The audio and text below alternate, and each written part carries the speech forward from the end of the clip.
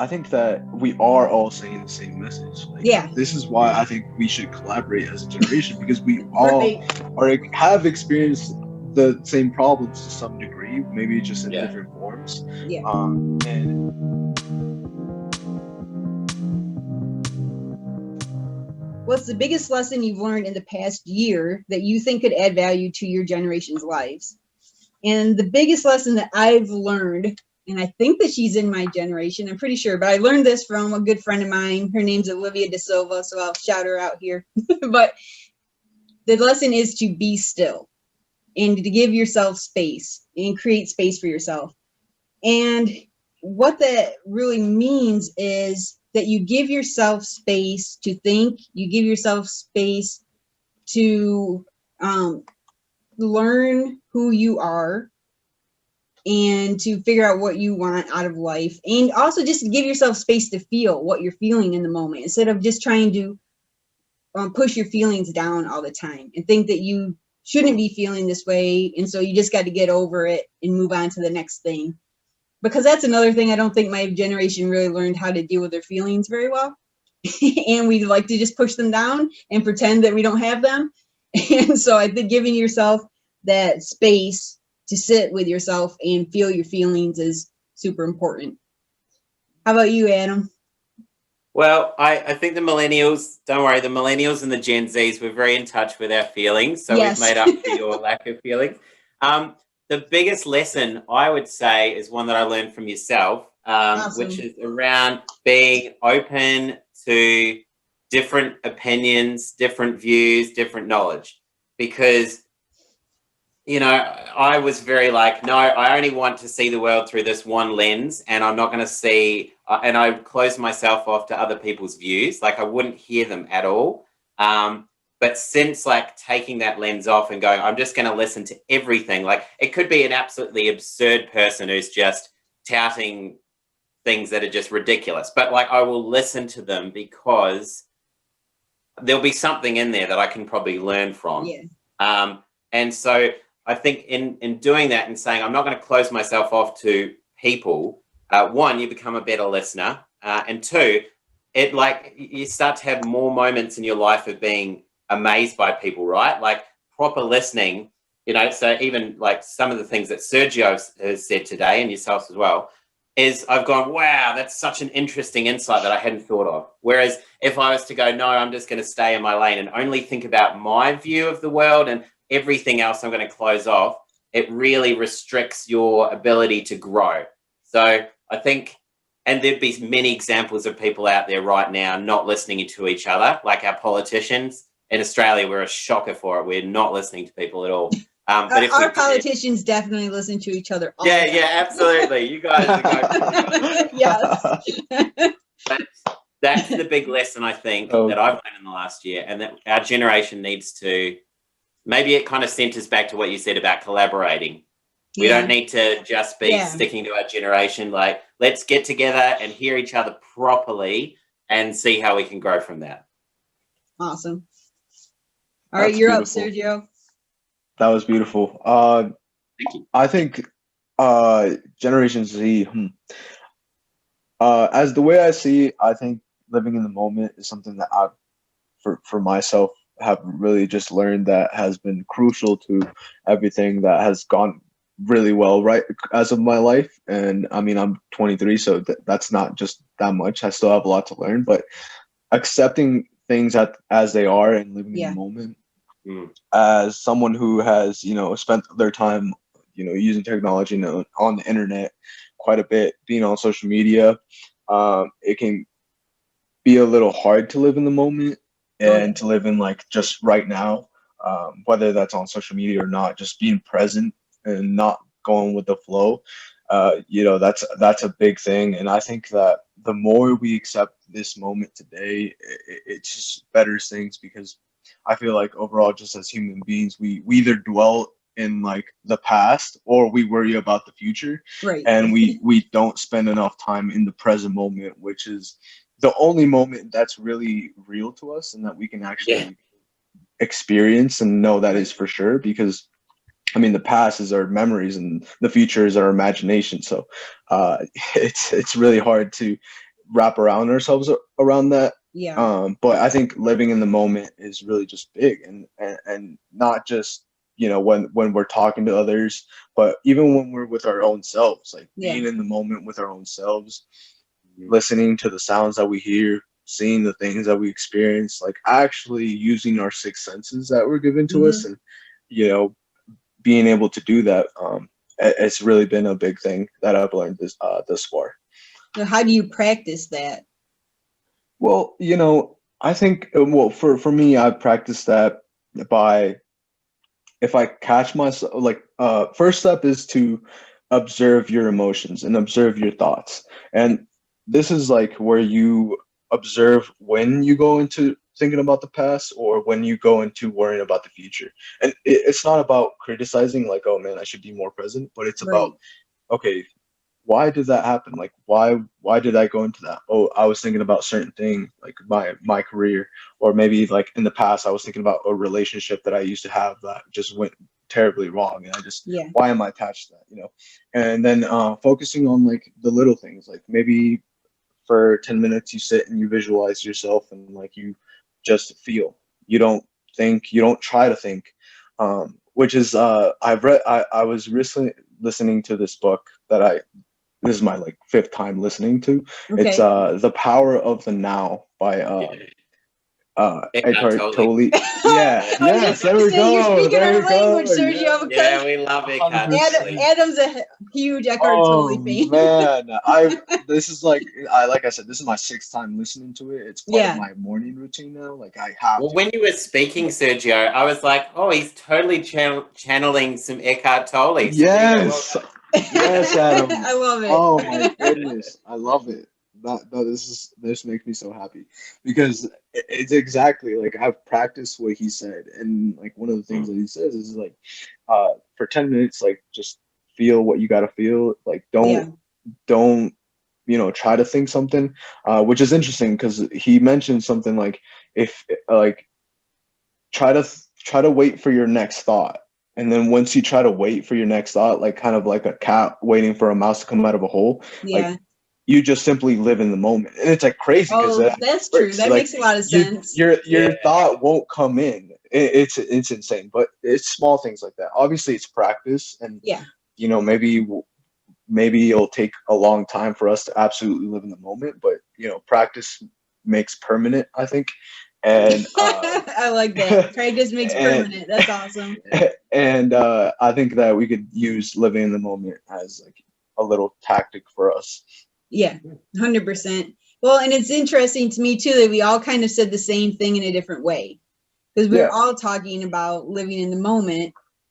I think what's very, and I think I've already used this word already, but inspiring to me is that you guys seem to be learning it a lot younger. And maybe I was just slow at coming around about this. I don't know. But like these are lessons I have been learning in the past few years. So let's say I didn't start learning these lessons until I was in my late 30s. And maybe that's one huge advantage of it, of the technology actually, is that you guys have access to these things that, not that I wouldn't have access to them, but they wouldn't have been as easy to get. You know, and so, you know, I would have been more focused on just pure entertainment than on learning, or than I definitely, at your age, I would not have been listening to Eckhart Tolle. That's for sure. So I just think that that's very encouraging, and it's something that I want all generations, older generations, to know. It's like these kids got it right. Well, I really think that's so. I definitely agree. I think there's it's nice to hear, right? So, like, Yeah. hearing Sergio, really, you know, you've absorbed the words of Eckhart Tolle, which I think he is just an amazing man. But, like, even just looking at our kids, 100%. as you said before, Amanda, like about Yeah. they're learning mindfulness, they're learning emotional intelligence. Yeah. Like, and I constantly say, you know, my 5-year-old is far, far wiser than I am, you know, like, I've got so much, for lack of a better word, shit that I've got to remove to make myself as pure and wise as my 5-year-old, Yeah. because she's very much in touch with what the beauty and the magic of the world is, and we lose that. And I think there's hope there. It's nice to see that. I think, okay, these guys are going to get the world back on track. They're going to hope to break all this really negative stuff that has upset and hurt a lot of people, over the years. So there's some light at the end of the tunnel, maybe. Yeah, 100%, 100%. And I just like those are such truths, because I think that we are all saying the same message. This is why I think we should collaborate as a generation, because we all have experienced the same problems to some degree, maybe just in different forms. And when you said that, Amanda, about millennials and Gen Zs are learning these type of things at an earlier age. I wish I could have learned this at an earlier age, and that's crazy. I know, and I'm just like, come on, Sergio, are you kidding me? Yeah. I wish I could have had the same mindset when I was 15, 16, going to high school. But I think we all experience it at some point. I definitely think that even people in my generation, there's peers that I talk to that, say like, oh, I wish I could think that way that you do. Or, I wish I had the same mindset, but I'm like, we're the same age. Like, you can have the same mindset. I'm not special. I'm just like, it's just how the experiences that I've had in my life put me in this position. I'm sure that we all have different experiences, and we're all eventually going to get to that point where we're like, this clicks, or I should have thought this before. But, going on to Adam's point about the light at the end of the tunnel, I'm a huge believer in positivity. And I think that even though there are a lot of bad things that are highlighted because of the internet, I think that that's just a tiny percent that's being exploded and expanded. Because, you got to get those views, in news, you got to get ratings, and what is going to make ratings? It's going to be the worst things that happen in life. But there's a lot of positivity out there. I think we just got to find it. Yeah, absolutely. Well said. And I was just reminded of one other thing. What was it? It was something that Sergio said in the beginning. Oh, well, I think too, maybe the reason that you guys are coming to these realizations at an earlier age is because, like you were saying, Sergio, where your generation hasn't had to face a lot of difficulties. I mean, life difficulties, but social difficulties or whatever. I don't know how you want to say that, but that you haven't faced a lot. So you kind of have the privilege of, and I'm thinking of Maslow's hierarchy because, I'm a Maslow's hierarchy girl.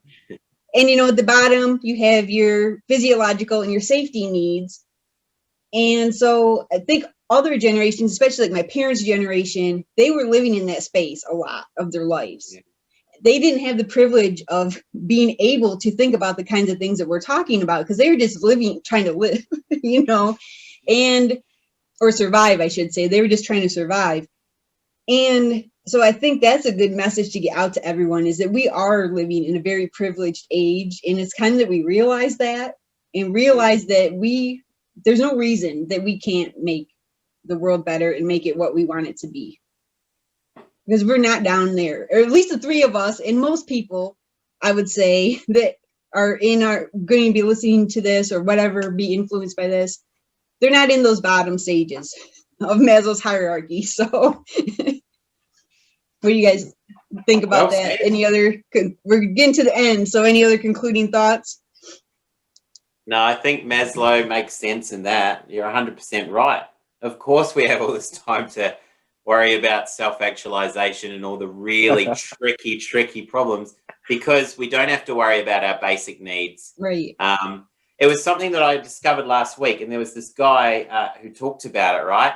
Is when you're getting too consumed in these big thoughts, and what do I need to do to live my purpose? And, just getting consumed by the big picture of your life.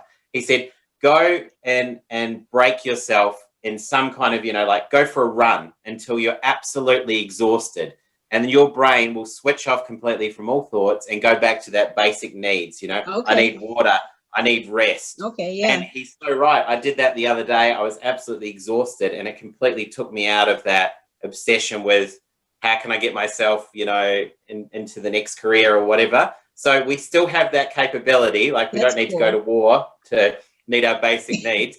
Just go and absolutely break yourself, maybe in a physical capacity, and you will go straight down to the bottom of the pyramid. And life's easy down there. No, that would be a great thing to do, though. That makes a lot of sense. So That does make a lot of sense. Yeah. All right, final thoughts from Sergio. Yeah, I mean, just real quickly, another way you Yeah. could do that is intermittent fasting, which is something that I frankly consistently have done for the past couple of years. You have? And yeah. I've been able to stick with it. I don't know. It just, first of all, it was just one of those things that you're just like, all right, let's try it, because why not? Let's just starve ourselves for half of the day. Because we're privileged also, enough to do it, so why not? Yeah. Also, I was a college student at the time, so we trying to save as much money as we can out here. Yeah, so that worked out. This wasn't a voluntary thing. You were like, I have to fast. I have to budget. I have to fast. We don't got enough money for breakfast, all 3 meals of the day. But in all seriousness, intermittent fasting, that's something to look forward to, because it puts you in a mindset of like that lower level of hierarchy, Maslow's hierarchy, because you're hungry. The first 2 weeks is going to be like really hard. You're going to absolutely be like, why are you doing this to yourself? But after that, after you break that, there's a lot of benefits to it, which I'm not going to get into it right now. Maybe that's for another episode, but for right now, that's another way you can put yourself in that lower hierarchy, intermittent fasting. Yeah, I never thought of that, because I thought it was more like a health benefits thing. I never thought of the psychological benefits of it. So that's cool. Yeah. So see, learning from Generation Z. That's what it's all about.